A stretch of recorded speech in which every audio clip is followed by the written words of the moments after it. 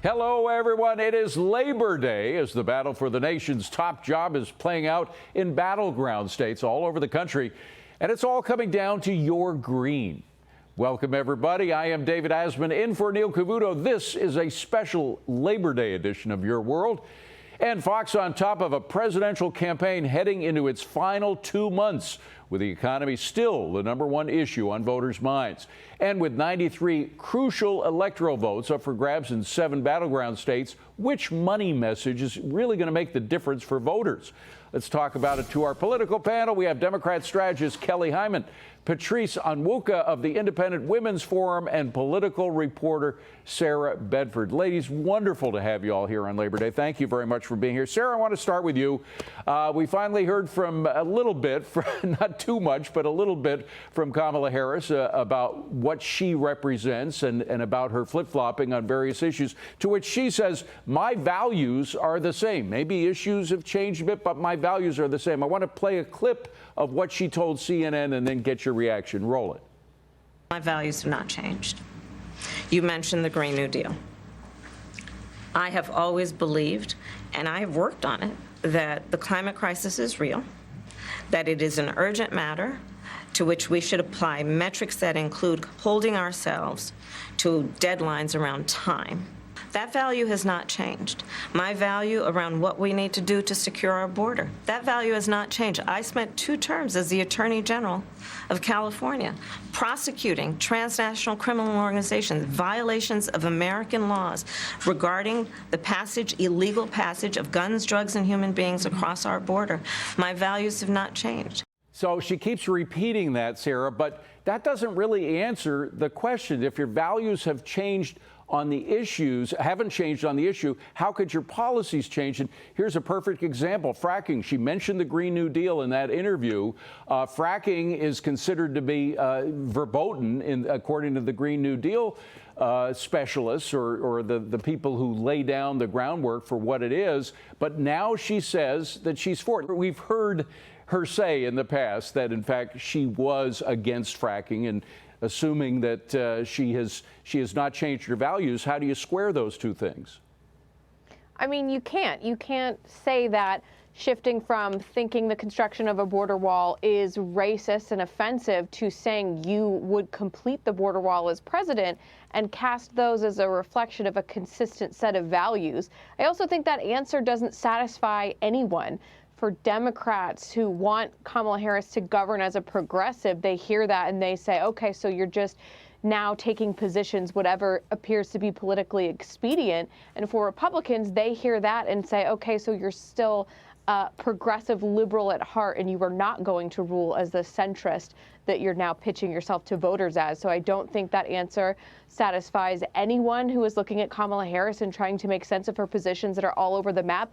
Also, let's keep in mind that she herself has not really outlined any of her new platform. This has all come from statements, nameless statements that her campaign has released on background to reporters. Harris has not faced cameras or reporters and, in her own words, articulated where she now stands on these issues. Well, Kelly, one thing we do know is that she was a big fan of Bidenomics, even though most voters, by the way, don't think much about this economy.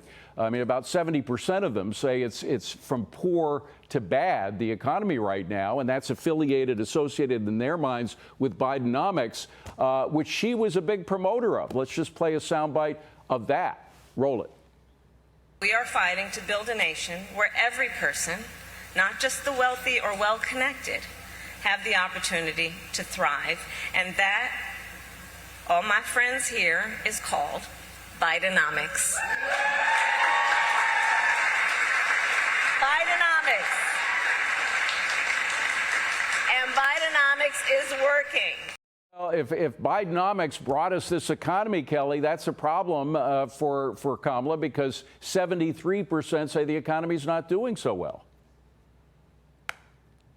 Well, we have to look at what the economy was doing when Trump was in the office. We have to remember what the economy was like when Trump was, in fact, the president, and what he has plans for the future. I think it's important for the American people to look at that. Trump's Project 2025 playbook talks about he would raise taxes wait a minute. I have to interrupt you there. That is not Trump's playbook. Trump has disavowed Project 2025.